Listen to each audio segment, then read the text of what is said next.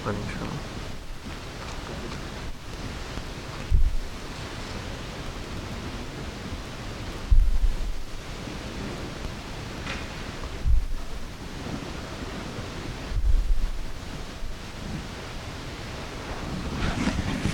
الله الرحمن الرحيم. الحمد لله رب العالمين. الحمد لله حمد الشاكرين. الحمد لله حمدا كثيرا طيبا مباركا فيه كما يحب ربنا ويرضى. والصلاة والسلام على المبعوث رحمة للعالمين نبينا وإمامنا وحبيبنا وقدوتنا وقرة أعيننا سيدنا محمد بن عبد الله صلى الله عليه وسلم. I pray to Allah Azza wa Jal to make us all mubarakin and to make this night a night that is mubarakah, this night of the 5th of Jumad al-Awwal of the Hijri year 1438 since Hijrat al-Nabi sallallahu alayhi wa sallam, which translates into February 3rd of the Gregorian year of 2017. May Allah subhanahu wa ta'ala give us the tawfiq to do that which is good and accept that from us and multiply the reward. Innahu waliyu dhalika wal qadiru alayh. As you know, the topic of tonight's monthly lecture, which happens every first Friday of the month, will be the relationship between Ahl Al-Bayt, Ahl Bayt al-Nabi sallallahu alayhi wa sallam, and the Sahabah of the Prophet Muhammad sallallahu alayhi wa sallam, and may Allah be pleased with them all. As you remember, the last 3 monthly lectures, or over the last 3 monthly lectures, we talked about the Sahaba and we talked about Ahl Al-Bayt individually, independently, or if you wish. And they were very sweet talks. So tonight we're going to be talking about both of them, and it's going to be even sweeter. Bi-idhnillahi ta'ala. In principle, we shouldn't make a distinction between Ahl Al-Bayt and the Sahaba, because there is absolutely no distinction. But the reason we're actually talking about the relationship and kind of investigating and looking into the facts to see what kind of relationship existed between the Sahaba and Ahl Al-Bayt. The reason we're doing that is obviously because there is a need to do so. The need to do so is because there are a lot of groups, unfortunately, who came afterward and started to make this distinction between the Sahaba and the Ahl Al-Bayt. Even they went further and they started to claim some myths that has, as we're going to see today, it has nothing to do with facts. And facts don't lie. And that's what we're going to base our discussion tonight on pure historical facts that tells us what kind of relationship existed, right? They started to create those myths and they started to invent and fabricate, a non-existent relationship, a relationship of hatred and sometimes of rivalry, or that there was some kind of a competition between the two groups, I mean the Sahaba and the Ahl Al-Bayt, which we're going to actually clear tonight, and we're going to see that none of this existed. It's all myths, it's all fabricated. The facts don't support that, as a matter of fact, as we're going to see tonight. Crystal clear facts that tells us about the relationship that existed between the Sahaba and Ahl Al-Bayt alayhim as-salatu was-salam. For those who attended the last 3 lectures, remember that in our discussion of the Sahaba and Ahl Al-Bayt, we defined who the Sahaba are. Who is the Sahabi? And we defined who the Ahl Al-Bayt are, right? And we talked about their rights on us, their status, about their favor, about their fadl, right? About their virtues, and about their rights upon us. We talked about both groups. Just a quick refresher, if you wish, for those who weren't necessarily with us the last couple of lectures, or for those who may have forgotten about it. Just a very quick refresher so that we can talk about the relationship between the two. Who is the Sahabi? We said the Sahabi, the companion of the Prophet, and we're talking obviously it's the Sahaba of the Prophet, because each one of us has a Sahabi, yani a friend. We all have friends, right? They are our Sahaba, our companions, they are our friends. But we're talking about specific companions. These are the companions that are related in a companionship with Rasul, with a particular person, Rasulullah sallallahu alayhi wasallam. We said the Sahabi is any person who met Rasulullah sallallahu alayhi wasallam. Because we don't want to exclude the blind, like Ibn Ummi Maktoum, who was a blind who couldn't see. So he couldn't see Rasulullah sallallahu alayhi wasallam. But he met with him, alayhi salatu wasalam. So he's still a Sahabi. So we don't see the one who saw Rasulullah, but the one who met, male or female. Any person who met Rasulullah sallallahu alayhi wasallam, right? While in a state of belief in Rasulullah sallallahu alaihi wasallam. He or she entered Islam, they were, Muslim, they met Rasulullah sallallahu alaihi wasallam while they are Muslim, right? And they died on that state, on that state of belief in Islam. We say that they met Rasulullah sallallahu alaihi wasallam. That excludes the ones who believed in him, believed in Allah Azza wa Jal, entered Islam, yet they didn't get the honor of meeting Rasulullah sallallahu alaihi wasallam. Because all of the honor of this companionship is meeting Rasulullah sallallahu alaihi wasallam. So if they believed in him, yet they didn't meet, they never met him, either because they were in different other countries, they never got the chance to meet him, alayhi salatu wassalam, or when they came to Medina, they did so after he, alayhi salatu wassalam, passed away. So they didn't get that honor. They're not called Sahaba. They're Muslims, no question about that, but they're not called Sahaba, right? Likewise, so saying met Rasulullah exclude the ones who believed but did not meet him. We say that they were Muslim when they met him. This excludes the ones who met him, but they did while they were not believing in him, like Abu Lahab, right? And other people who did not disbelieve in Rasulullah sallallahu alaihi wasallam, may even fought him, alayhi salatu wassalam. So they're not called Sahaba. They met with him, they sat down with him, but they didn't believe in him, so they're not called Sahaba. Likewise, we said and met on that state. Yani died on that state, died on the state of belief. This excludes the ones who reverted back, who committed apostasy, right? So this excludes those who, after meeting him while in a state of Islam, they may have reverted back to this belief. So they're not Sahaba. The Sahaba are the ones who died while on a state of belief. Now. Sure.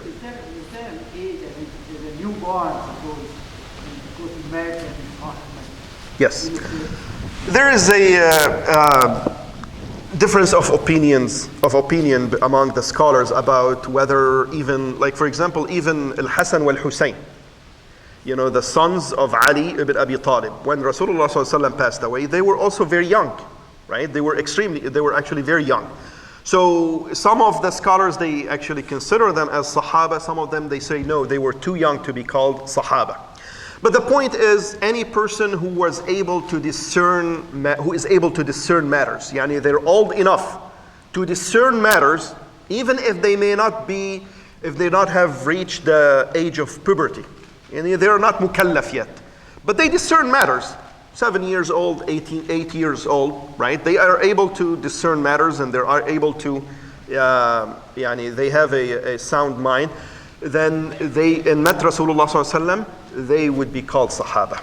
Now, so in short, the thing to remember, a Sahabi is the one who met Rasulullah sallallahu alaihi wasallam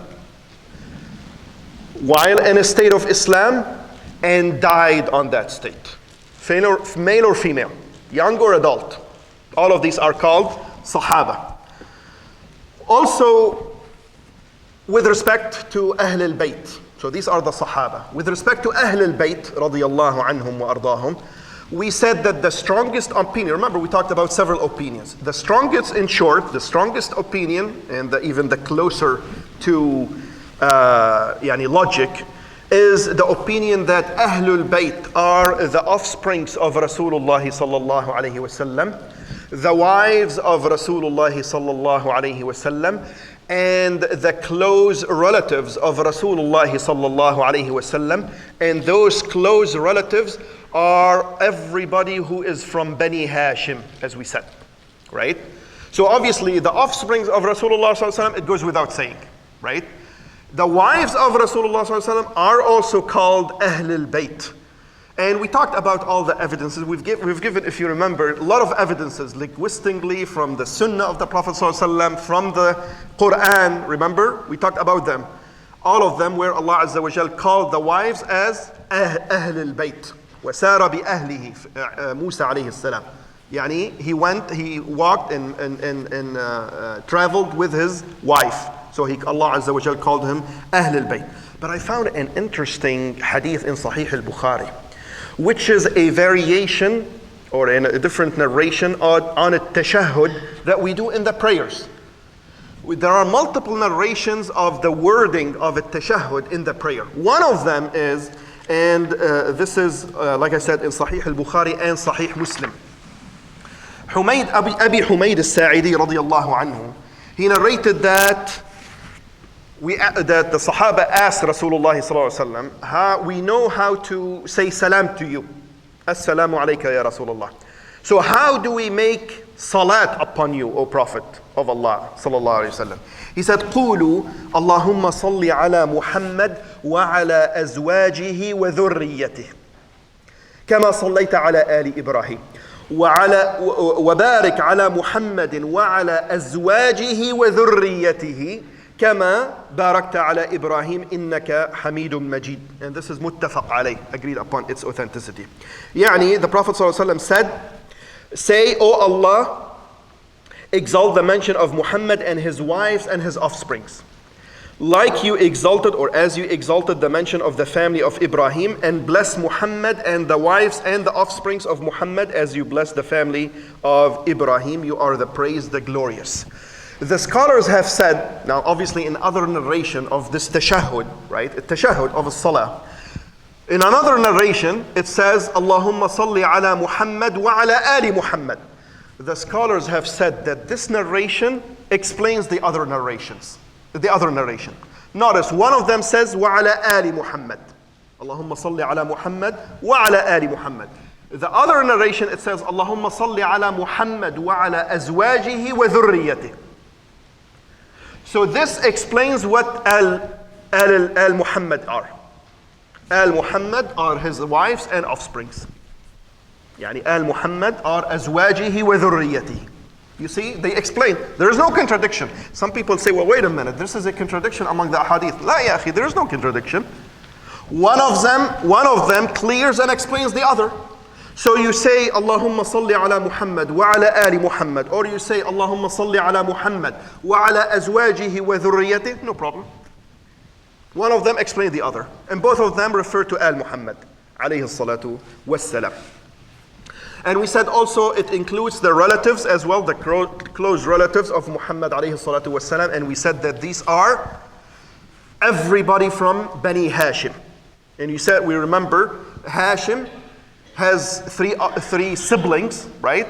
And Rasulullah ﷺ is one of the offspring. Yani Hashim ibn Abd Manaf is the great grandfather of Rasulullah ﷺ. For our Prophet ﷺ is Muhammad ibn Abdullah ibn Abd al-Muttalib. And remember, Abd al-Muttalib is Shaybat al-Hamd, but he came to be known as Abd al-Muttalib. So he is Muhammad ibn Abdullah ibn Abd al-Muttalib ibn Hashim ibn Abd Manaf. So everybody who comes up, or is his lineage or her lineage, goes through Hashim ibn Abd Manaf, he is from Ahl Al-Bayt. And we said that a lot of them did not have continuing offsprings. Yani a lot of them, their offsprings have terminated. The ones that have offsprings who continue to our date, because the question, do Ahl Al-Bayt exist today? The answer is yes, absolutely, they do exist. Some of their offsprings are still existing among us. So the offsprings that still exist are all the offsprings of 4 of the sons of Abdul Muttalib. Jadd al-Nabi, the grandfather of the Prophet ﷺ. And these are Abu Talib and Al-Abbas and Al-Harith and Abu Lahab. All of them Banu Abd al-Muttalib. Because Abd al-Muttalib had more children, right? He had more sons and daughters than these four. But all of them, their offspring has terminated. The only four who continue to have offsprings are Al-Harith and Abu Lahab and Al-Abbas and Abu Talib. All of them are Bani Abd al-Muttalib, the sons of Abd al-Muttalib. So anyone who is from Ahl al-Bayt has to come from one of these. Has to be from one of these. And these are the ones who we said that zakah is forbidden for them. They're not allowed to take zakah, as we discussed before. And like we said, this is not as to deprive them of his zakat, but as a matter of fact, it is an honor to them from Allah Azza wa Jal, because this is the filth of the money of people. Zakah purifies the money, right? So they are more honorable to get there. And like we said, Allah Azza wa Jal has actually made it up for them by giving them the fifth of the revenues that come to the Muslim Ummah from al-jihad, from or any other source of income. They get the fifth of the fifth, yani 4%. It gets divided to them to provide them with what they need, because some of them may be needy. It's possible that some of Ahl al-Bayt are needy. They're not wealthy, right? So to avoid a situation where they need to beg people or to ask people or to take zakah, Allah Azza wa Jal has made for them this 4%, which is the fifth of the fifth. Right. You notice, and this is something, I don't know if it occurred to you before, but I didn't mention it before. You notice that a lot of Ahl al-Bayt who lived at the time of Rasulullah ﷺ are also what? Sahaba. Yani they are from Ahl al-Bayt and at the same time Sahaba, because the definition of a Sahabi applied to them. They met Rasulullah ﷺ, obviously, because they lived during his time. They believed in him, and they died on that state. Yani Ali ibn Abi Talib is from Ahl al-Bayt and Sahabi. Fatima bintu Rasulullah ﷺ is a Sahabiyya and from Ahl al-Bayt. She's the daughter, right? Al-Hasan wal-Husayn, likewise. Ja'far ibn Abi Talib, Aqil ibn Abi Talib, Al-Abbas, Hamza, all of them are Sahaba and from Ahl al-Bayt, right? All of them. And their sons who lived during the time of Rasulullah sallallahu alayhi wasallam. So those from Ahl al-Bayt who lived during the time of Rasulullah sallallahu alayhi wasallam, they actually combine the two honors. The honor of the companionship and the honor of coming from that honorable lineage, from that honorable household of Rasulullah sallallahu alayhi wasallam, right? And the other quick difference, minor difference, I'm pretty sure you'll figure this out, that obviously the Sahaba, are there Sahaba today? No way, right? They all passed away. Unless somebody lived for 1,000 years. But all of them, Sahaba do not exist today. They only lived during the time and possibly outlived Rasulullah sallallahu alaihi wasallam for a certain period of time. But all of them died eventually, right? The offsprings of Ahl al-Bayt, they still live today. So they still have some rights upon us that we can actually give to them, because in some countries we may have some of them living among us if they can prove that they are from this honorable household. And they deserve the love, they deserve the muwala, alliance with them, actually putting them first in front of us if they happen to be, if one of Ahl al-Bayt, right? And you have a gathering, they should be given, the head of the majlis, if you wish. Like for example, there is the top or the head of the majlis, right? They should actually be given preference over others and be treated, with dignity.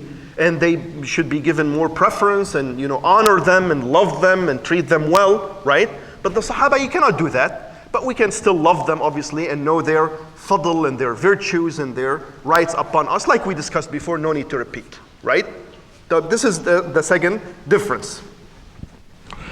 And there is no better, nicer or way or than what Sharik ibn Abdullah said. He said, if Abu Bakr and Umar and Ali radiyallahu anhum ajma'in.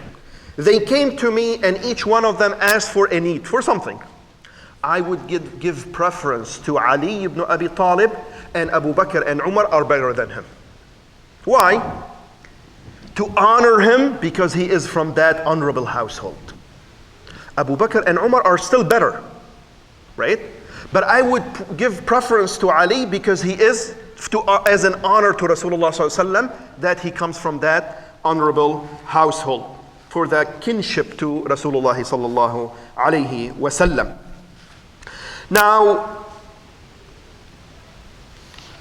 and his wives, obviously, like we said, they are from Ahl Al-Bayt, and not only that, they have the honor of being called the mothers of Al-Mu'mineen. Yani Allah Azza wa Jal says in the ayah of Surah Al-Ahzab, النبي أولى بالمؤمنين من أنفسهم وأزواجه أمهاتهم. The Prophet is more worthy of the believers than themselves, and his wives are like their mothers, or are like their mothers, like in a position of their mothers. So Allah Azza wa Jal mentioned the wives of the Prophet sallallahu alaihi wasallam as that they are the mothers of all the mu'mineen. And the one who does not agree or does not take or does not accept them meaning the wives of the Prophet, who does not accept them as their mothers, reject them as his mothers or her mothers, then they are not from the mu'mineen. Because Allah Azza wa Jal said, وَأَزْوَاجُهُ أُمَّهَاتُهُم. And his wives are their mothers. There is referring to who? Al-mu'mineen. If somebody claims that I reject, they are not my mother, then they are not from the mu'mineen. Right? And I remember, there's just a quick story, just a very quick diversion, subhanAllah. A person from those who they call themselves Shia, right? He came to their scholar, and he said, oh scholar, I read in the Quran this ayah. Allah Azza wa Jal is saying, النبي أولى بالمؤمنين من أنفسهم وأزواجه أمهاتهم. So Aisha is my mother. He said, yeah, but she did this. But wait, he said, wait a minute. Allah Azza wa Jal is saying, وأزواجه أمهاتهم. So she is my mother. If I call myself a mu'min, she is my mother. And he's kept on going around, but he said, no, wait a minute. I can't allow you to, he was a mindful person. It was a straight mind. He's like, but Allah Azza wa Jal is saying she's my mother, and I wouldn't allow anybody to talk about my mother in a bad way. She is my mother. What are you saying? Allah Azza wa Jal is saying that. Not me, not you, not a scholar. Allah Azza wa Jal is saying, وَأَزْوَاجُهُ أُمَّهَاتُهُم. So she is my mother, and I wouldn't allow anybody to talk about my mother. SubhanAllah. And like I said, this distinction between Ahl Al-Bayt and the Sahaba, wallahi, in principle, it shouldn't be the case. Like I said, they're all on the same scale. We love them all. We respect them all. And we know their virtues. We know their rights, right? We don't distinguish between one of them. But like I said, the distinction has forced itself because of what was said and what was claimed and fabricated upon this relationship. And this is what we're going to investigate today and kind of clear the mist from the facts. And let me, before I go get into this, is to say what the poet says. He said, إني أحب أبا حفص وشيعته كما أحب عتيقا صاحب الغار ولقد رضيت عليا قدوة علما وما رضيت بقتل الشيخ في الدار. Yani he mentioned the four Khulafa al-Rashidin. He said, إني أحب, I love Aba Hafs. Who is Abu Hafs? Umar ibn al-Khattab. He said, I love Aba Hafs. Yani I love Umar ibn al-Khattab wa shi'atahu, and the people around him. Whoever make taraddi upon him. كما أحب, likewise, I love عتيقا صاحب الدار. The sheikh, the elderly sheikh. Who is that in the cave with Rasulullah sallallahu alaihi wasallam? Abu Bakr. عتيقا صاحب الغار, يعني the one who accompanied Rasulullah sallallahu alaihi wasallam in the cave. ولقد رضيت عليا قدوة علما. And I accept and I love and I take Ali as a guide and as a knowledgeable person and a alam, somebody to be guided with. وما رضيت بقتل الشيخ في الدار. And I was not pleased, I was displeased by the killing of a sheikh. Who is a sheikh who was killed in his house? Uthman ibn Affan radiyallahu anhu wa ardah. So notice in these two proverbs or two verses of poetry, he mentioned the four of them. No distinction. Ali is from Ahl Al-Bayt, and the remaining three are Sahaba. What's the distinction? We know their virtues and we know their rights upon us. And if you remember when we talked about Ahl Al-Bayt, we talked about their rights, the two types of rights. Remember the spiritual rights and the financial rights. Again, no need to talk about that. We've already talked about that. But we also mentioned that the condition to claim the rights of Ahl Al-Bayt, obviously the person has to be a Muslim. It is conceivable that from some of Ahl Al-Bayt who came later on, they may revert back from Islam. They are human beings in the end. Some of them may, for whatever reason, or they may have diverted from the Sunnah of the Prophet sallallahu alaihi wasallam, etc. So we say they have to be, to get those rights of love and etc. They have to be Muslim, right? And they have to prove that they belong to that honorable house. Not anybody just come and say, and I am from Ahl Al-Bayt, give me the fifth. Wait, show us. This household has been so documented, so well documented. Show us your tree, the family tree, and prove that you are from Ahl Al-Bayt. And absolutely, you get the love, you get the honor, you get everything. طيب. With that said, right? Tonight, inshallah, we're going to talk about this relationship between Ahl Al-Bayt and between the Sahaba of the Prophet sallallahu alaihi wasallam. This relationship that Allah Azza wa Jal in the Quran, that our beloved Prophet Muhammad sallallahu alaihi wasallam in the Sunnah, and the books of history, right? They all document and they all tell us and shed light about what type of relationship existed between those two groups, the group of the Sahaba and the group of Ahl Al-Bayt alayhim as-salatu was-salam. And even the straight mind, subhanallah, who looks at the history and who looks at Islam and know that both of them are pious people, how conceivable it is that they hated each other. How can a mu'min hate another mu'min? How can a mu'min curse another mu'min? It's just inconceivable. The Sahaba were the master of the piety.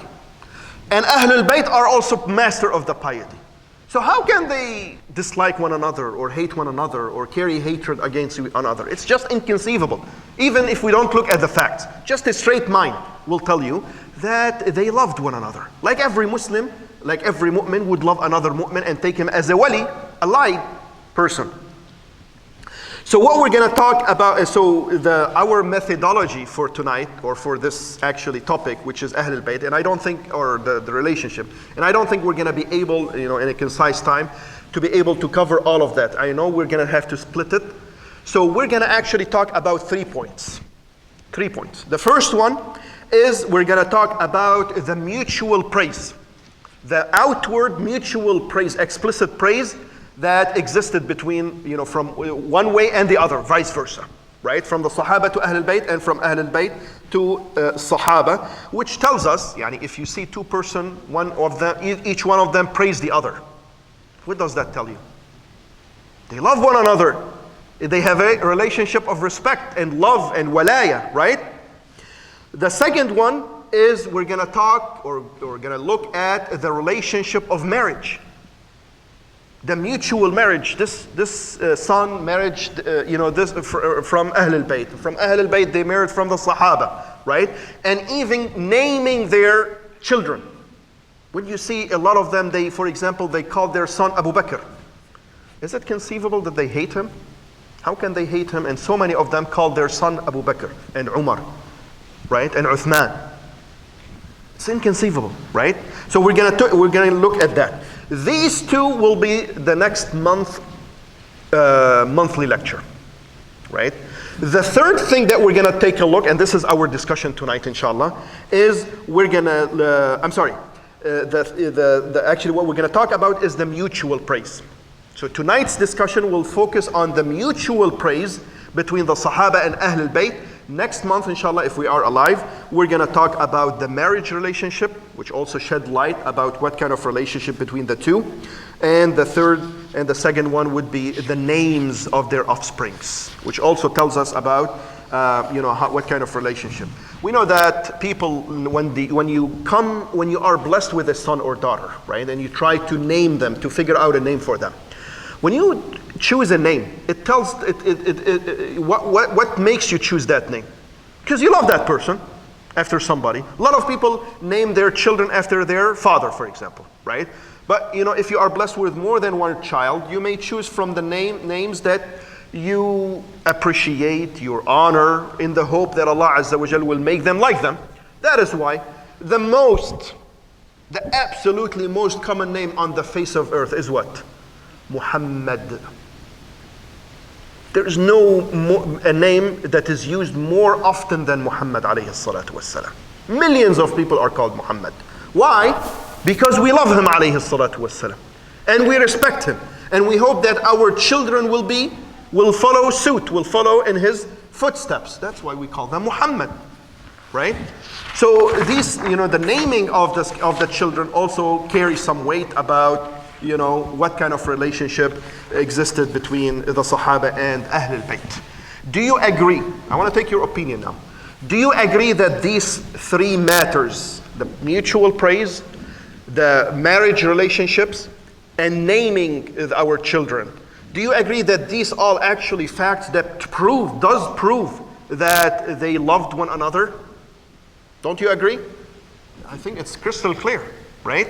So let's investigate, or let's actually discuss the mutual praise between the Sahaba and the Ahl Al-Bayt. And we're going to take one way and then the other. So we're going to start with the praise of the Sahaba upon Ahl Al-Bayt. What the Sahaba said about Ahl Al-Bayt. Alayhim as-salatu was-salam. Let's take a look. The best of the Sahaba, right? Abu Bakr as-Siddiq, the head of the Sahaba. Right? The master of them. Radiyallahu anhu wa ardah. When Fatima bint Rasulullah sallallahu alayhi wa sallam came to him after he alayhi salatu wa sallam passed away, right? She was asking for the heritage. Like every children, when their father pass away, right? They look for the heritage, al-mirath. So there is a piece of land, among other things, and different things that he alayhi salatu wasalam left behind. It's called fadak, right? And there are other things that he alayhi salatu wasalam left behind. So she came to ask Abu Bakr, being the Khalifat al-Muslimin now, right? She asked for that. So Abu Bakr told her that I heard Rasulullah sallallahu alayhi wasallam say that we, the group of the messengers, salawatu rabbi wa salamuhu alayhim ajma'in, we don't give heritage. We don't inherit except knowledge. نحن معشر الأنبياء لا نورث درهما ولا دينارا إنما نورث العلم. This is what we get. He saw sadness on her face. But this is what Rasulullah ﷺ said. It's not his saying. He's not making that up from him. It's not up to him. This is the Sharia of Allah Azza wa Jal. And he had to say it. This is what he heard Rasulullah ﷺ said. So immediately after he told her, and he had to submit to the will of Allah Azza wa Jal, immediately after that he said, وَالَّذِي نَفْسِي بِيَدِهِ, by the whom my soul is in his hands, tabaraka wa ta'ala. To connect and to maintain the kinship of Rasulullah sallallahu alaihi wasallam is more beloved to my heart than maintaining my own kinship. Yani he is meaning to maintain the kinship of the Ahl Al-Bayt. Fatima is one of them. He said, Wallahi, it is more beloved to my heart to maintain the kinship of that honorable household than maintaining my own kinship. Yani Bani Abi Bakr. Look how much love they carry to them. Radiyallahu anhum wa ardahum. Then, after he became, or as he was Khalifat al-Muslimin, right? He actually also reminded the Muslimin of the wasiyah of the Prophet sallallahu alaihi wasallam. He said, "Irqabu Muhammadan fi ali baytih." Remember the Prophet Muhammad sallallahu alaihi wasallam in his household. And we know that, remember in the last lecture we said in the hadith sahih, Rasulullah sallallahu alaihi wasallam, he gave the wasiyah, he reminded us of his Ahl Al-Bayt. He said, "Udhakkirukum Ahl Bayti." He repeated it 3 times. I remind you of my household. I remind you of my household. I remind you of my household. And Abu Bakr as-Siddiq radiallahu anhu, he reminded them of that wasiyah, and he said, do not forget, remember the rights of Ahl Al-Bayt radiallahu anhum wa ardahum. Also one day, and a lot of these facts, by the way, we've seen before, but I'm mentioning them in the context of the praise now, right? As opposed to the rights that we talked about before. One day, Abu Bakr as-Siddiq and Ali ibn Abi Talib radiallahu anhu, they were walking together, and they met a couple of children playing together. One of them is Al-Hasan ibn Ali, his son, the son of Ali. So he took him and he played with him, and joyfully he said, بأبي شبيه بالنبي ليس شبيها بعلي. يعني by Allah, he looks similar, he resembles Rasulullah sallallahu alaihi wasallam, he doesn't resemble Ali, his father. And he is actually saying that, playfully and, joyfully. And Ali ibn Abi Talib is laughing. He says, subhanallah, he looks exactly, and he was the closest in terms of outward resemblance. From the outside, he was the one who most resembled Rasulullah sallallahu alaihi wasallam. No wonder it shouldn't come as a surprise. He's his a grandchild, right? Son of Fatima, right? So he resembled Rasulullah sallallahu alaihi wasallam.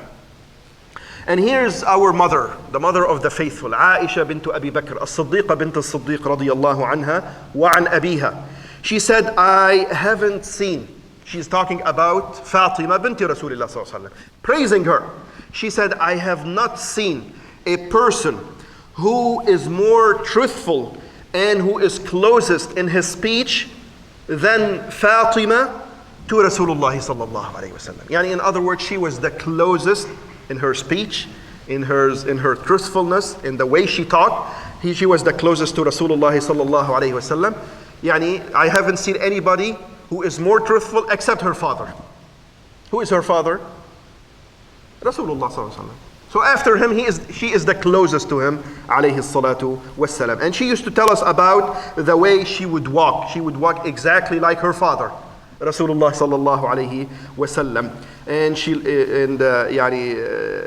would actually talk and walk and do everything exactly like he did, Rasulullah, like he did alayhi salatu wassalam. And also Aisha, if there was any rivalry, by Allah Azza wa Jal, I'm going to ask you by Allah, if there was any rivalry, why would Aisha praise Fatima? She didn't have to lie.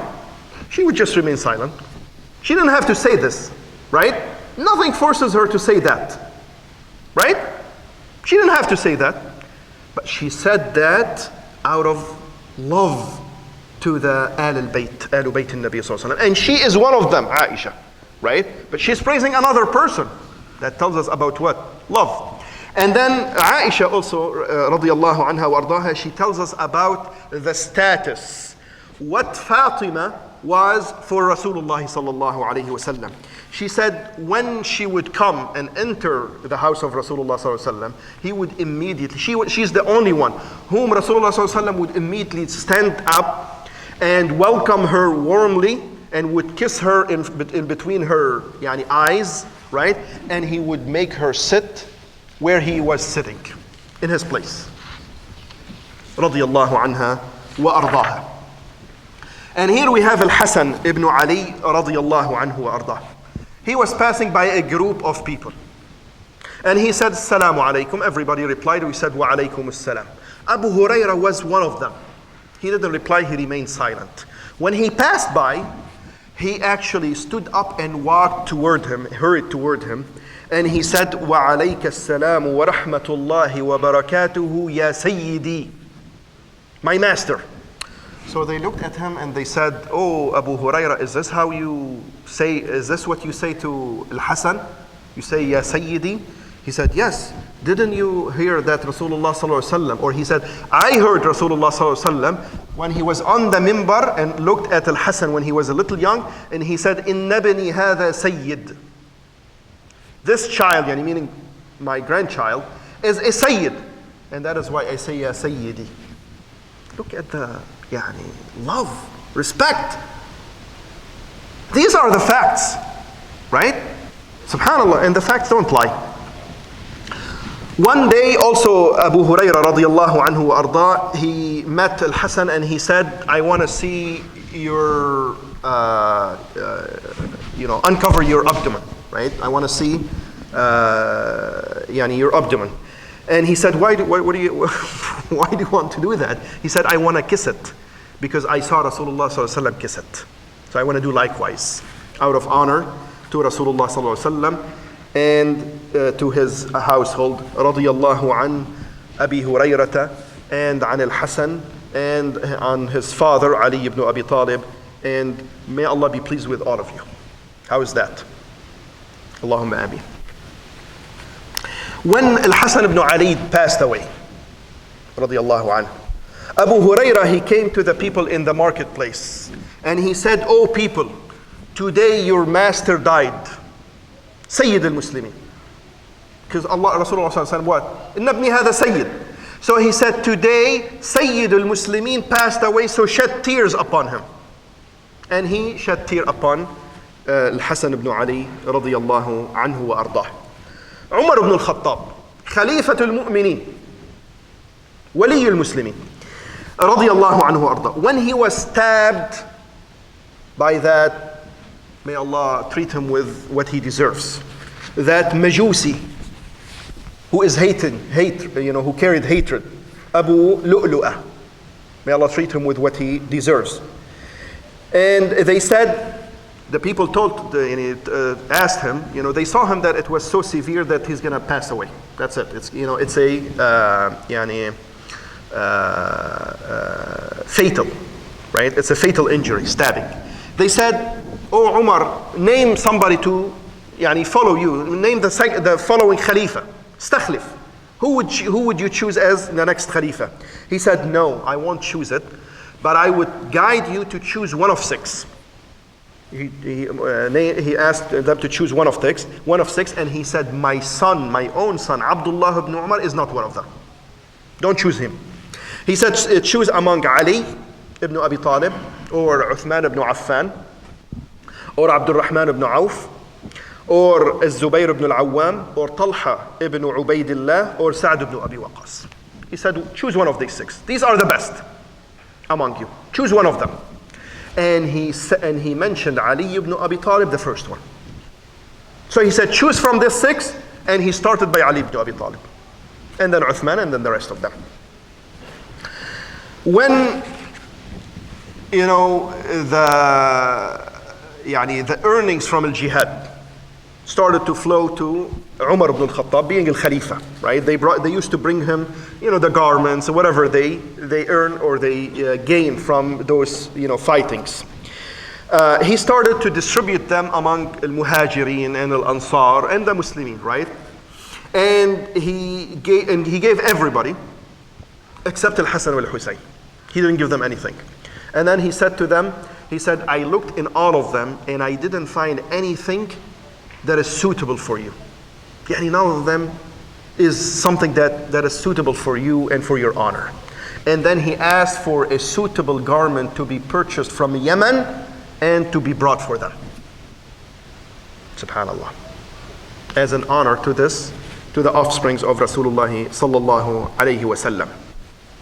And also he used to give the people, obviously, from Bayt al-Mal, right? Bayt Mal al-Muslimin. He used to distribute and to give from the good to the Muslimin that comes to the Muslim state, right?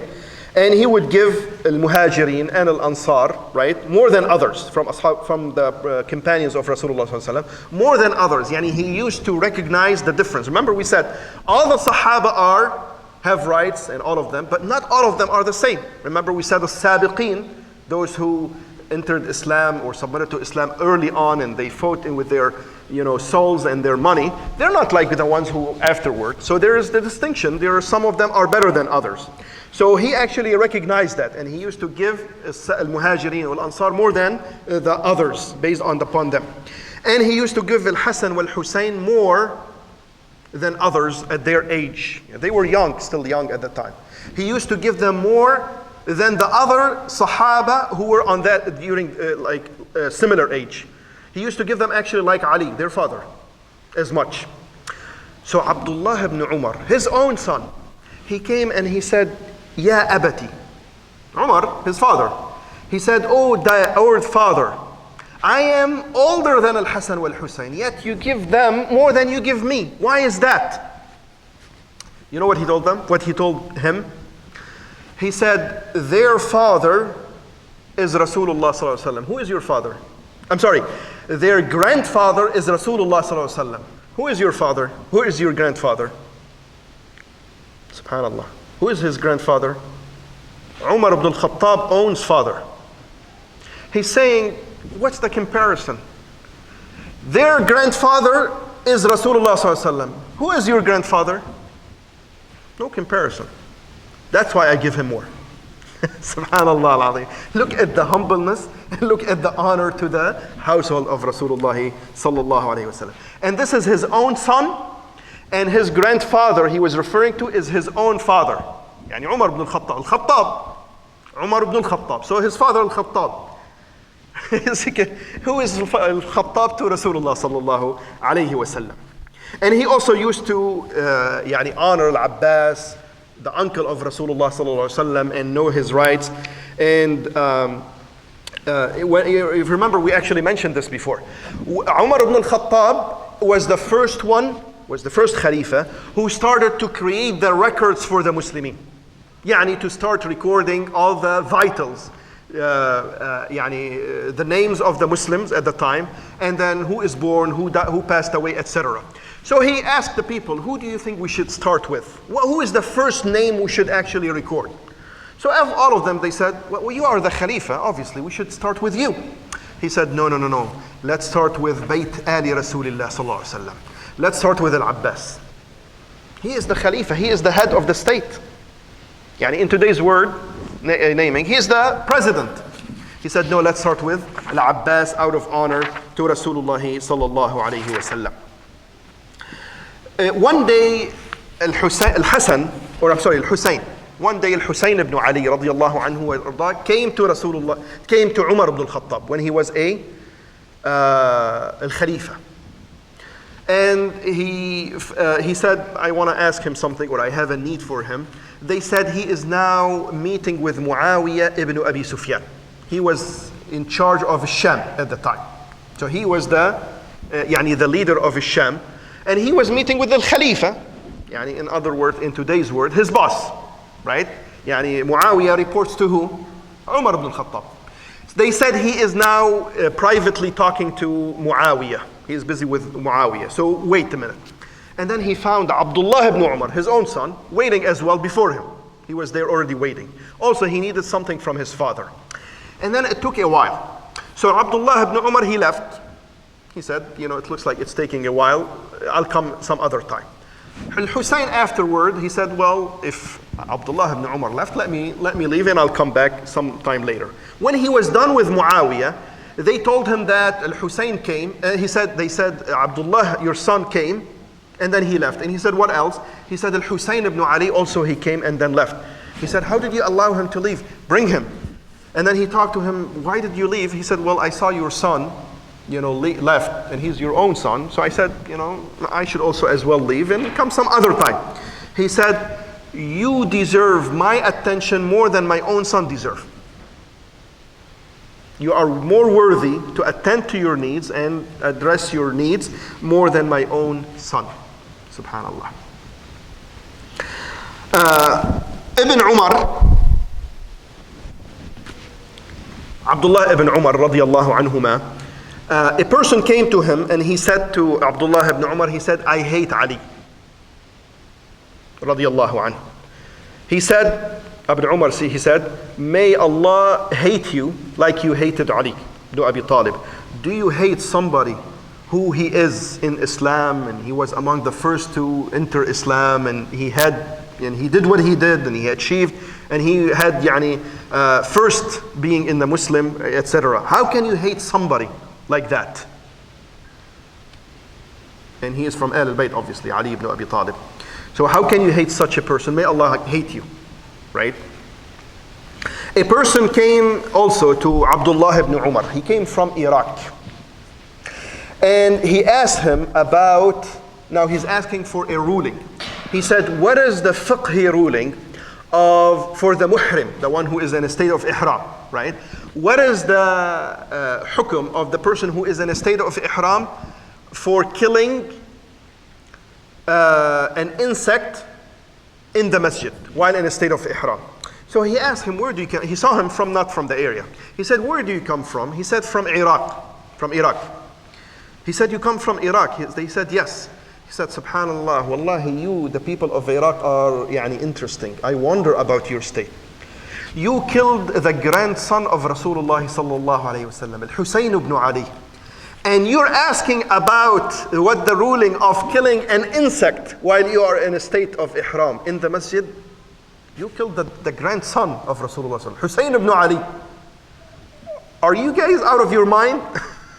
Subhanallah al-Azim. Look at the weird thing. Ja'far ibn Abi Talib.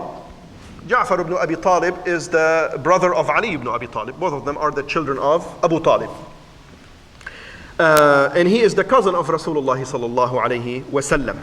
He was the one among the first one to enter Islam also, the one of the first Muslim, right? And Rasulullah sallallahu alayhi wa sallam used to love him a lot. In particular, Ja'far ibn Abi Talib. He migrated to Al-Habasha, or today's word, Ethiopia, right? He was among the Muslims who migrated early on in the early days when they were facing calamities. And then he migrated to Medina to join with Rasulullah sallallahu alaihi wasallam at the same time of the battle of Khaybar, the conquest of Khaybar, when the Muslims were victorious, right? So he arrived Medina at the same time as the Muslim conquered Khaybar. As a matter of fact, Rasulullah sallallahu alaihi wasallam, he actually said, Wallahi, I don't know what I should be happier about. Is it Fathu Khaybar am Qudumu Ja'far? Is it Fathu Khaybar am Qudumu Ja'far? Should I be happier about the conquest of Khaybar or about the coming of Ja'far? SubhanAllah. Both of them are such a joyful event. And then immediately, subhanAllah, after he migrated to Medina, he participated in the battle of Mu'tah, and he was the leader of that army. And he actually the one who was carrying the flag. And subhanAllah, he was carrying it in his right hand, and it was cut off. So he held it with his left hand, and it was cut off. So he actually tried to hold the flag in any way he can, hardly able to hold it until he martyred in that battle, subhanallah. And Rasulullah sallallahu alayhi wasallam, he told the Sahaba that Allah Azza wa Jal has given him, instead of his hands, 2 wings in Jannah. So he was known as Ja'far ibn Abi Talib with the 2 wings. That's why he's called Ja'far al-Tayyar, the flying Ja'far, right? As Rasulullah sallallahu alayhi wasallam told us. Ibn Umar, right? Ibn Umar radiyallahu anhu, he met his son, the son of Ja'far, Abdullah ibn Ja'far. So he used to tell him, Assalamu alayka yabna dhil janahayn. Assalamu alayk, or the son of the one who has 2 wings. And that's the beautiful name. This is usually when you call the person with the most beautiful name that he likes, that indicates what? Love to that person. A person came to Ali ibn Abi Talib. A person came to Muawiyah after what happened between Muawiyah and Ali ibn Abi Talib. The fighting and all the dispute and everything. A person came to Muawiyah and started talking in his presence. By the way, check this out. This is an interesting story because it has actually multiple things related to it. A person came to Muawiyah and started talking badly about Ali in front of Muawiyah. Those who claim that there was a hatred between Muawiyah and Ali. Any person you hate, somebody come and talk against him in front of you. You'd be happy, right? No problem, right? So Muawiyah, he actually disciplined that person. How can you talk about Ali like this, badly about Ali? And there were people in front of them. So they heard that, And one of them, he was surprised, like, what? Why would you actually discipline that person? It makes sense that you should be happy with that, right? Talking about Ali, right? With everything that happened. So that person went to Ali ibn Abi Talib and he told them, I witnessed something very interesting. He said, what? He said, this and this happened. So he told him the story. And he said, absolutely, I'm not surprised. Imagine, Ali ibn Abi Talib is saying, I'm not surprised that Muawiyah ibn Abi Sufyan defended me and did not allow that person to talk badly about him. He said, why? He said, I'll tell you why. He said, what actually made Muawiyah do what he did is al-manafiyya in both of us. What is al-manafiyya, brothers? Anybody can guess what is al-manafiyya? Al-manafiyya, this refers to Abd Manaf. A lot of people don't know this, by the way. Ali ibn Abi Talib is from Bani Hashim. Muawiyah ibn Abi Sufyan is from Bani Umayyah. And Bani Umayyah come from where? They come from Abd Shams. Abd Shams and Hashim are siblings, and both of them are the sons of Abd Manaf. He said, absolutely, he's my cousin. There is no hatred between them in the sense that people now hate one another. And this is what a lot of people try to depict. They fought, yes. They had disputes, yes. They had different opinions. Each one of them had an opinion and ended up in disputes, absolutely. But they didn't dispute or didn't fight because out of the hatred, because each one of them saw it differently. And each one of them saw that the haqq was with them. And they fought for what they saw as haqq, not because of hatred to the other party. And there were Sahaba on this side and Sahaba on the other side. They didn't hate each other like some people depict, like I said. That's not the case. We now hate one another, the type of hatred that we know. That's not what happened between them. He said, I'm not surprised that he defended me.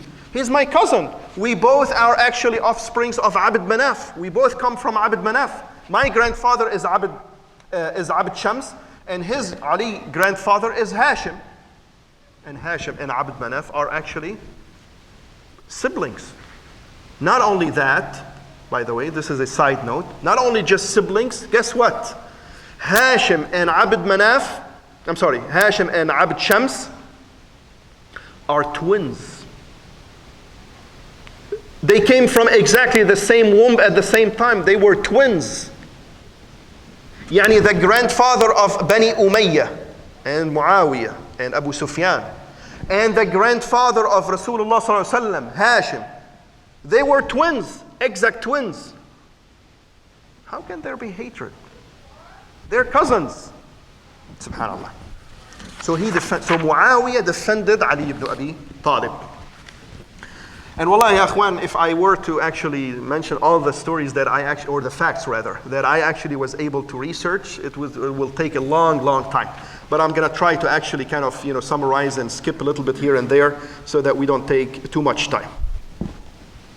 Let me actually mention this last story about the praise of the Sahaba toward Ahl Al-Bayt. Remember, we're still actually in one way. We're talking about the praise of the Sahaba to Ahl Al-Bayt. Let me take one last story, inshallah, and then we'll go to the other side. Ahl Al-Bayt praising the Sahaba. Zayd ibn Thabit is one of the fuqaha of the Sahaba. And Abdullah ibn Abbas also is well known, is also from the scholars of the Sahaba. One day, Zayd ibn Thabit was on his animal, on his donkey. So Abdullah ibn Abbas, right, he met him and he actually held that animal for him. And he even held subhanAllah, the name escapes me, where the person would put his feet to mount on the animal. So Zayd ibn Thabit, he was surprised. He's like, you are from Ahl Al-Bayt, the cousin of Rasulullah sallallahu alayhi wasallam. This is not suitable for you, oh Abdullah ibn Abbas. Please, don't do that. So Abdullah ibn Abbas said to Zayd ibn Thabit, he said, this is what we were taught how to treat the scholars. Allahu Akbar. Allahu Akbar. Abdullah ibn Abbas is saying to Zayd ibn Thabit, this is what we were taught to treat the scholars. So Zayd ibn Thabit came down, right? and he kissed his hand, the hand of Abdullah ibn Abbas, and he said, "This is how we were taught to treat Ahl Al-Bayt." Mutual. What are these people talking about? This is how the Sahaba treated Ahl Al-Bayt, and this is how the Ahl Al-Bayt treated the Sahaba radiyallahu anhum ajma'in. This is enough for the praise of Ahl Al-Bayt, from the Sahaba to Ahl Al-Bayt. Let's talk about the status of Ahl Al-Bayt toward the Sahaba. How they talked about the Sahaba. Sayyid Ahl Al-Bayt in his time, Ali ibn Abi Talib, right? One of the greatest members of the household of Rasulullah sallallahu alayhi wasallam. He was asked by his own son, Muhammad ibn Ali. He said, "Oh father, who is the best of the people after Rasulullah sallallahu alayhi wasallam?" He said proudly, Abu Bakr. Ali ibn Abi Talib is saying, absolutely Abu Bakr. He said, then what? You. His son is saying. He said, after him, it must be you. He said, Umar ibn al-Khattab. He said, then after that, who? You. It must be you. Khalas. Yani, it has to be you. He said, I am not but a person of the Muslim. رجل من المسلمين. Look at the humbleness and look at the praise of the Sahaba. Once Ali ibn Abi Talib, when he was Khalifa, and you remember, or if you may know, that he actually moved the capital, if you wish, the capital of the Khilafah to Al-Kufa, right? From Medina, he moved it to Al-Kufa. Yani he governed from Al-Kufa during his time. He stood up on the mimbar in the Masjid Al-Kufa, and he said, whoever make me better than Abu Bakr and Umar, I will actually beat him with the leather. What do they call it? Lash. I will lash him like I would lash the one who fabricate falsehoods. Muftari. He saw that whoever saying that Ali is better than Abu Bakr and Umar deserves lashing like the one who fabricate falsehoods, subhanallah. And this is from Ahl Al-Bayt toward the Sahaba. Umar ibn al-Khattab radiyallahu anh, again, when he was stabbed by this person, Majusi, right? People obviously came to him and they surrounded him, right? Because this is something terrible, Khalifat al-Muslimin being, stabbed fatally, right? It's not an easy matter. Abdullah ibn Abbas was there. And all of a sudden, he's narrating, he said, I felt a hand on my shoulder. So I looked, it was Ali ibn Abi Talib. Ali ibn Abi Talib putting his hand on Abdullah ibn Abbas, looking at the dying Umar ibn al-Khattab, he said, Wallahi, I did not see any person more beloved to me that I would have the same deeds as he had.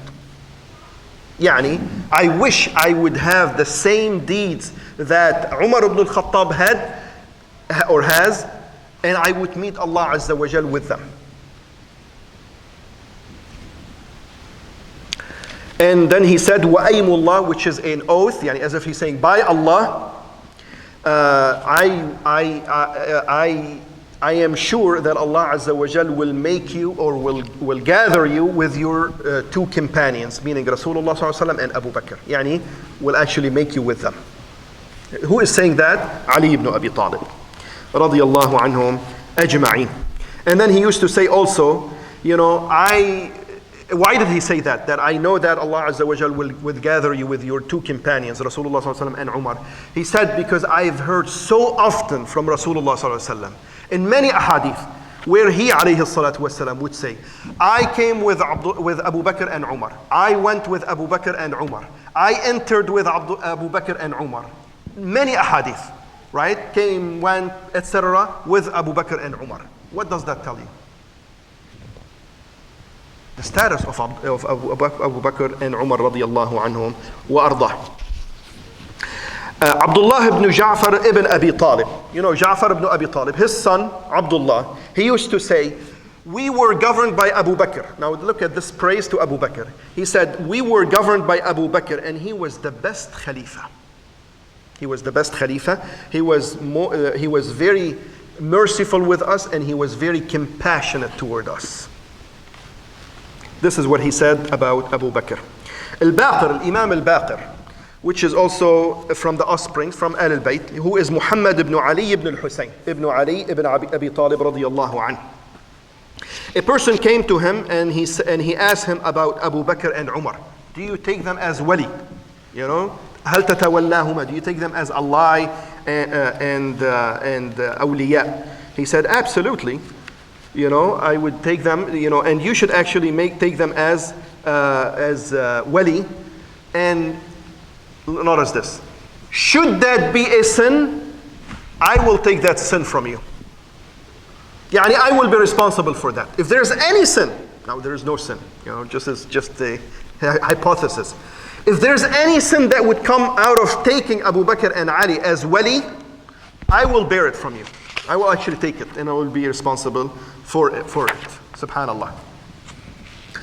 A person named Salim ibn Abi Hafsa, he asked the Sadiq and Al-Baqir. Both are from A'immat Ahl Al-Bayt, right?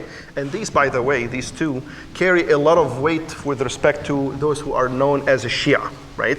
Al-Baqir is Muhammad ibn Ali ibn al-Husayn ibn Ali ibn Abi Talib, and Al-Sadiq is his son, Ja'far ibn Muhammad. He asked them about Abu Bakr and Umar. Should he take them as Allah? He said, absolutely take them as Allah, and be clear and disavow their enemies. Anybody who talk badly about them or disavow them, then you should disavow them. They are our Imam of guidance, Abu Bakr and Umar. Ali ibn Abi Talib, on the fight, you know, during the fight of Al-Jamal, you know, the battle of Al-Camel, which is the dispute that happened between them. It's not our topic to talk about the story. But he said about Uthman ibn Affan, Uthman ibn Affan radiyallahu anhu arda. He said, Wallahi, I stand clear from those who killed him. I am innocent from the blood of Uthman ibn Affan. And Allah, oh Allah, take from me and give to Uthman ibn Affan. Take from me his right. If I actually, you know, didn't give him his right for whatever reason, take from me to Uthman until you are pleased, O Allah. And then he recited the ayah of the Quran, Surah Al-Anbiya, إِنَّ الَّذِينَ سَبَقَتْ لَهُم مِّنَّ الْحُسْنَى أُولَٰئِكَ عَنْهَا مُبْعَدُونَ. Indeed, those for whom the best has proceeded from us, they are from it far removed. And then he said, Uthman is from them. He is among those that the best has proceeded from Allah Azza wa Jal to them. He is one of them. Look at the praise from Ali toward Uthman ibn Affan. Right.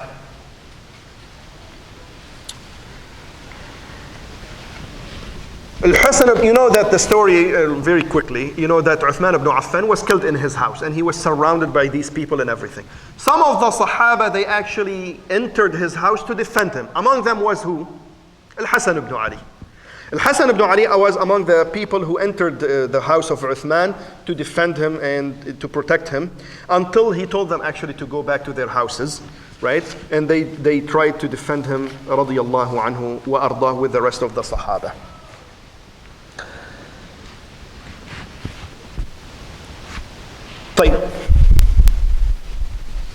I'm trying to actually summarize here real quick because I don't want to take much longer than this.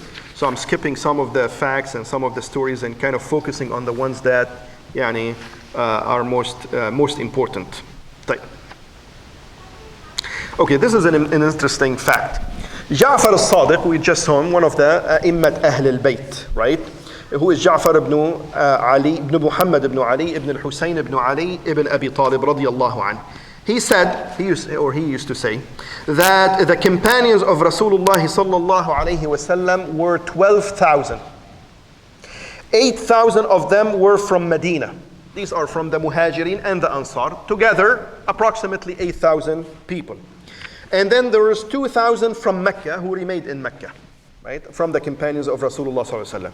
And then another 2,000 from, various regions and from the others. So that's 12,000. He said, I haven't seen among them any of those who, from those, you remember those misguided groups who came up with, we're talking about them in the topic of Aqidah, Al-Qadariyya, Al-Mu'tazila, Al-Murji'a, Al-Mu'attila, those who disable the attributes of Allah Azza wa Jal. All of these misguided methodologies, right? He said, I haven't seen any one of them with these convictions or with these misguidances, or a person of opinion who follow his opinion, even if it it distracts from, or it flies in the face of the Sharia. And they used to shed tears during the night and the day. Subhanallah. So all the Sahaba are clear of all of these, and it is a praise to them.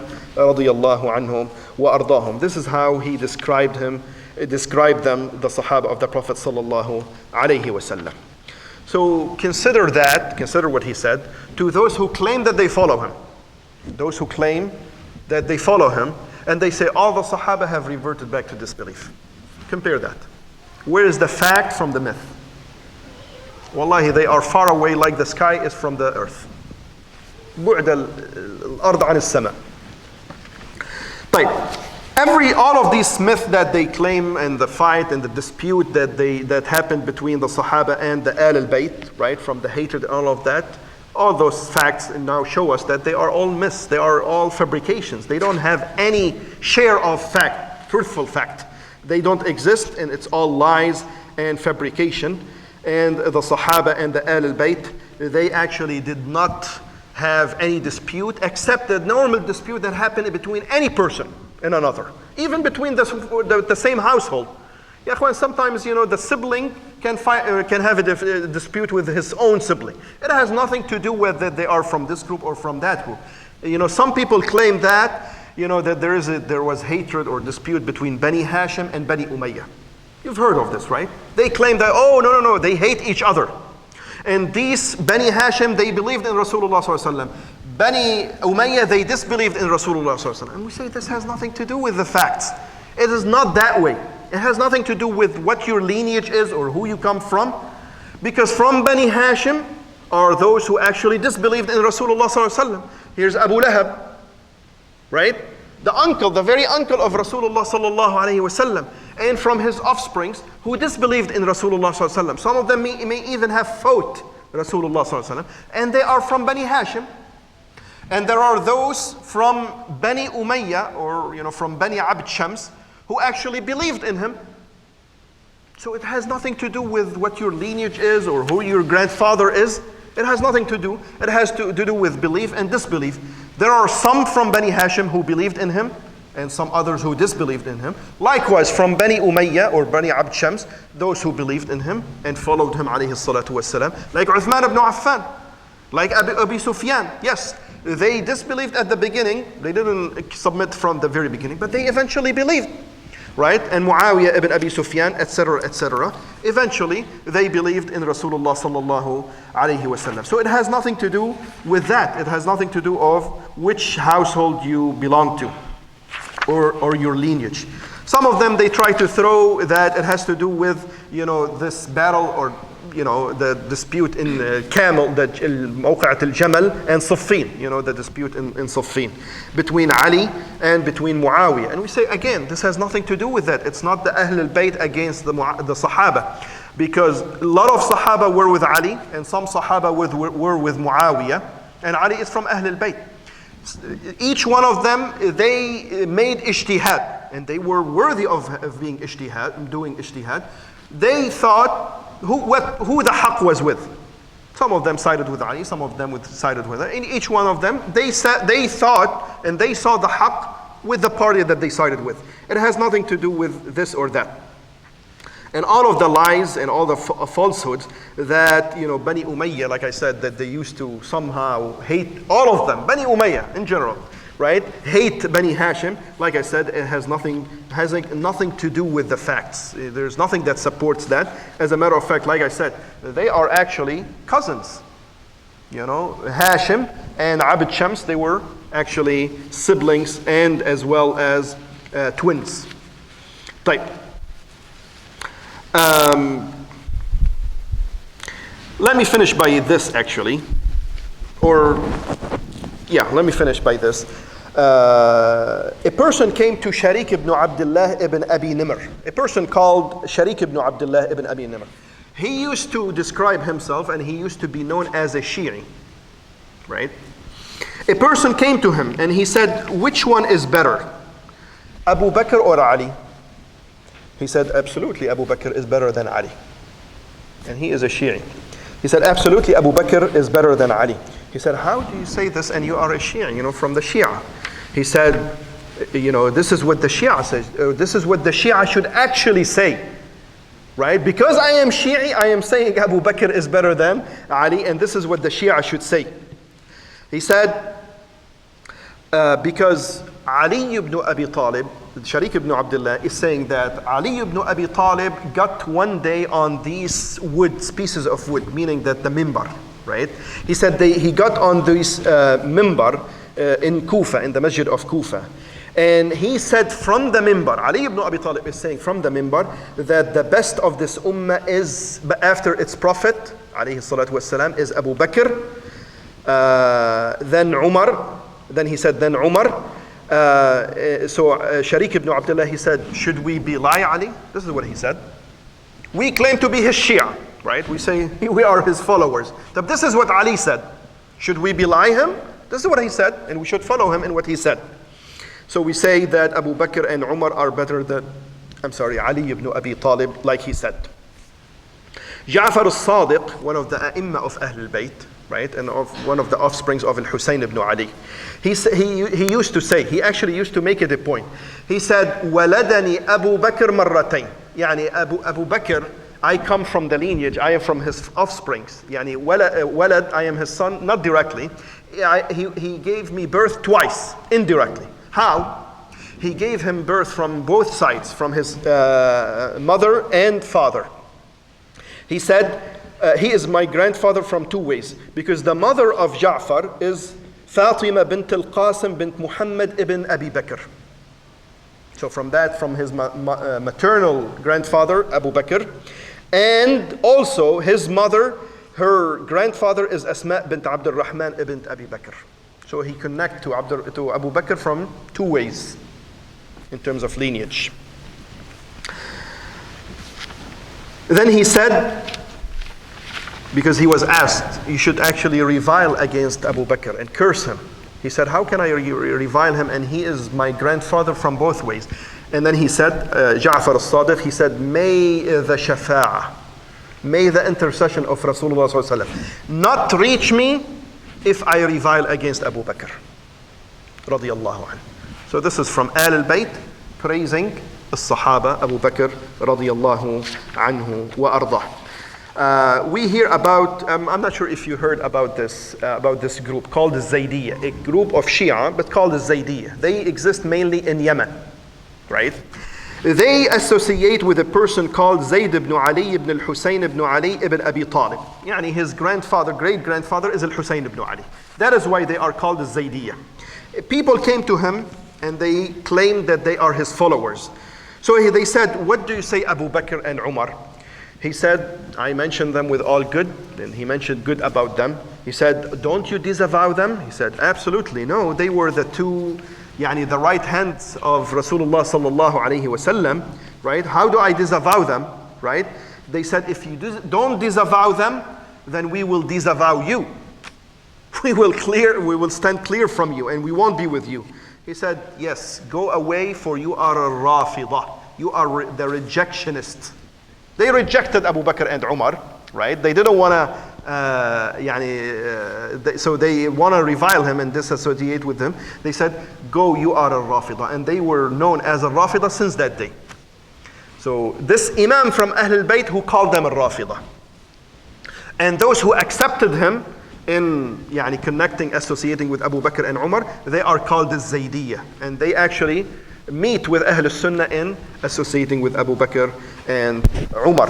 And we know that all of the scholars, let me finish by this, all the scholars, ya akhwan, from that day until our day, they all agreed in consensus about that there is a relation, this The relationship between the Sahaba and Ahl Al-Bayt is a relationship of praise and honor and love, like we've seen, and they respect both of them, and they observe both of them.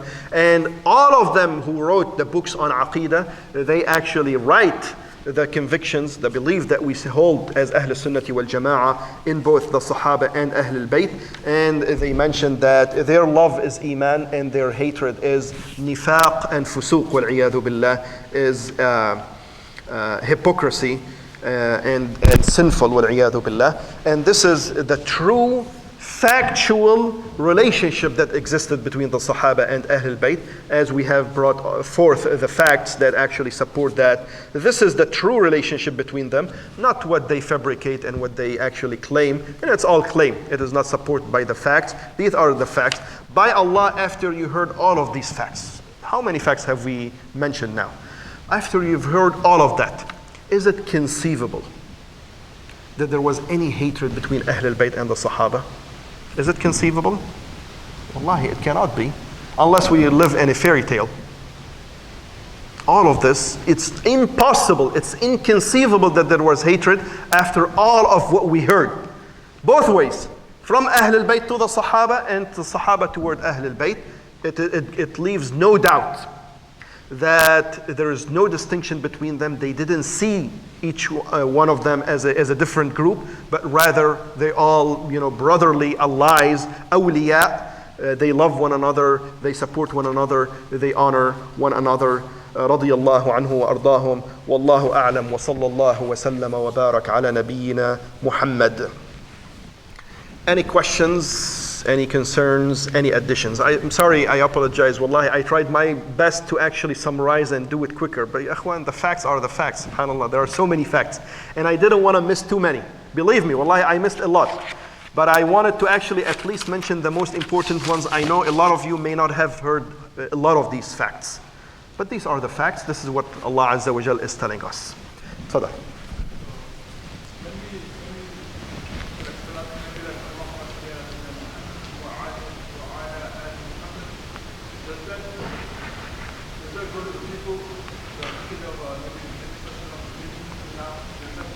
Yes, yes. So the question, just so that everybody, including the brothers and sisters online. So the question from the brother is, when we say in the tashahhud, Allahumma salli ala Muhammad wa ala ali Muhammad, the brother is asking, does this include Al Muhammad? Does it include the people from that honorable household who live even today? And I said, yes, absolutely. That covers all of Al Muhammad.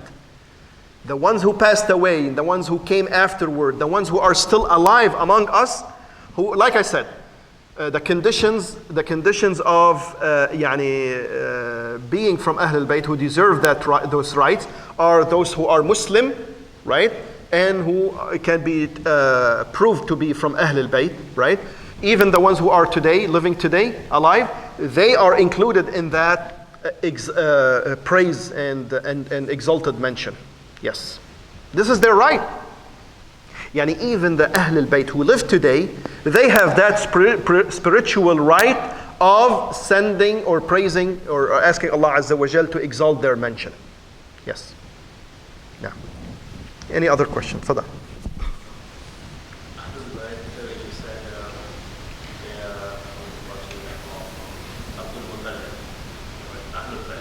Ahl Al-Bayt, yes. He had more than that. He had more than that, but the lineage now which exists. Yes. The four sons. Yes. So whoever exists today or after Rasulullah, after the time of Rasulullah, these are the only four sons of Abdul Muttalib who are from Bani Hashim, who have continuing offsprings. Now during his time, the Ahl Al-Bayt are more than that. Because there is Al-Abbas, there is Hamza, Amm Rasul Sallallahu Alaihi Wasallam, but he doesn't have offsprings that continued. His offsprings or his lineage was cut off, right? But they are even the aunts of Rasulullah Sallallahu Alaihi Wasallam, Safiya bint Abdul Muttalib, and etc., etc. Yes. Yeah. Are there Ahl al-Bayt existing today who can be allowed as well? Or who are Yeah. less of Yes. compared to those that Yeah. Because Ahl al-Bayt are not ma'soom. not Muslim? They're not infallible.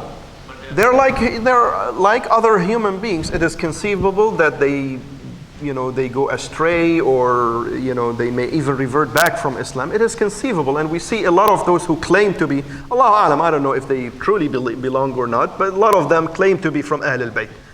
And they rejected Sunnah of the Rasulullah sallallahu alaihi wasallam, and you know what they say about the Sahaba. They went far away. Do we say that these are from Ahl al-Bayt? No, we don't say these are from Ahl al-Bayt. From lineage perspective, if they can prove it, they may be from the offsprings. But do they get the rights of sending salat upon them? Allahumma salli ala Muhammad wa ali Muhammad. Do they get the financial rights for the fifth of the fifth? They don't deserve all of that, because they don't meet the conditions to deserve those rights. So it is conceivable. And it is conceivable that some of those from Ahl al-Bayt, or from the lineage of Rasulullah sallallahu alaihi wasallam, from the relatives who did not believe in him, their offsprings became Muslim. So Abu Lahab, he died, never believed in Rasulullah sallallahu alaihi wasallam. And his immediate sons did not believe in him. But some of their offsprings did.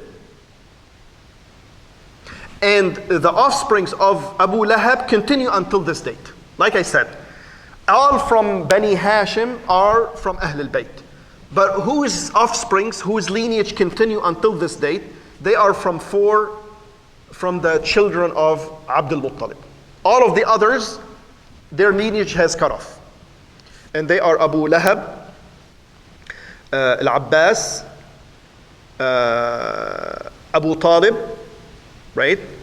And there's the fourth one, Al-Harith. Ahsan, barakallah fiqh. Al-Harith ibn Abdul Muttalib. So there is Abu Talib ibn Abdul Muttalib, Al-Abbas ibn Abdul Muttalib, Al-Harith ibn Abdul Muttalib, and Abu Lahab ibn Abdul Muttalib. Now,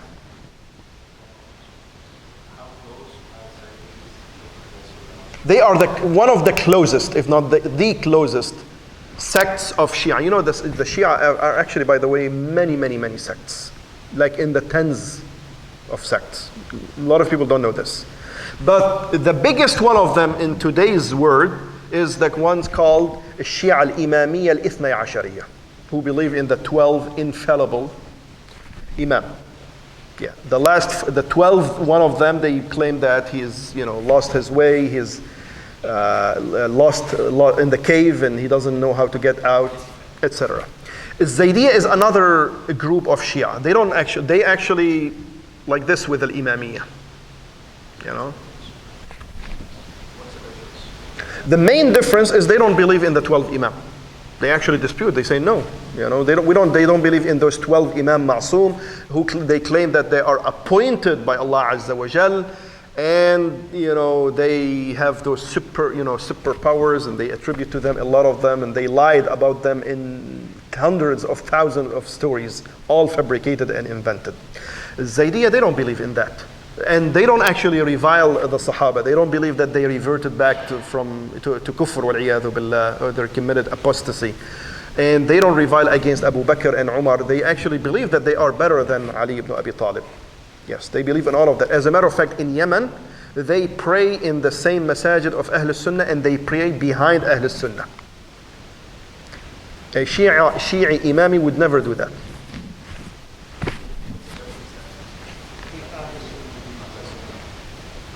Well, there are minor disagreements, meaning, they actually, I think, to be frank with you, I'm not 100% sure, but I know one of the differences is that they actually, I may have said that they actually prefer Abu Bakr and Umar. I'm sorry, they make Ali better than Abu Bakr and Umar, but they don't revile them, nor do they, claim that they disbelieved or anything, right? But they believe as Ali is better than them.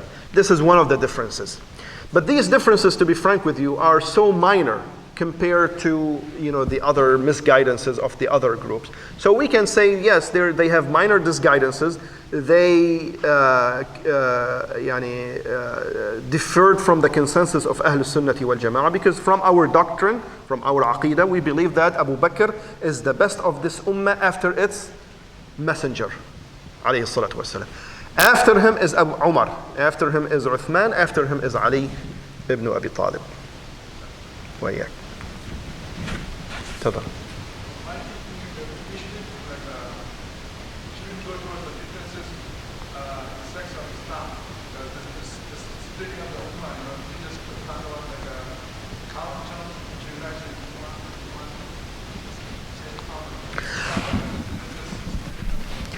Believe me, brother, we're not actually on the contrary. We love for everybody to actually go back or come back to the path of Rasulullah, to the sunnah of Rasulullah.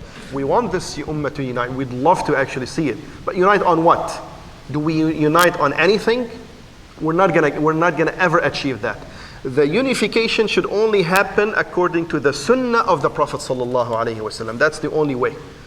And Allah Azza wa Jal told us this, that if you dispute, فَإِن تَنَازَعْتُمْ فِي شَيْءٍ, if you dispute anything, then compare it back to what Allah Azza wa Jal and His Messenger said. فَرُدُّوهُ إِلَى اللَّهِ وَالرَّسُولِ. Right? And this is what we should do. Right?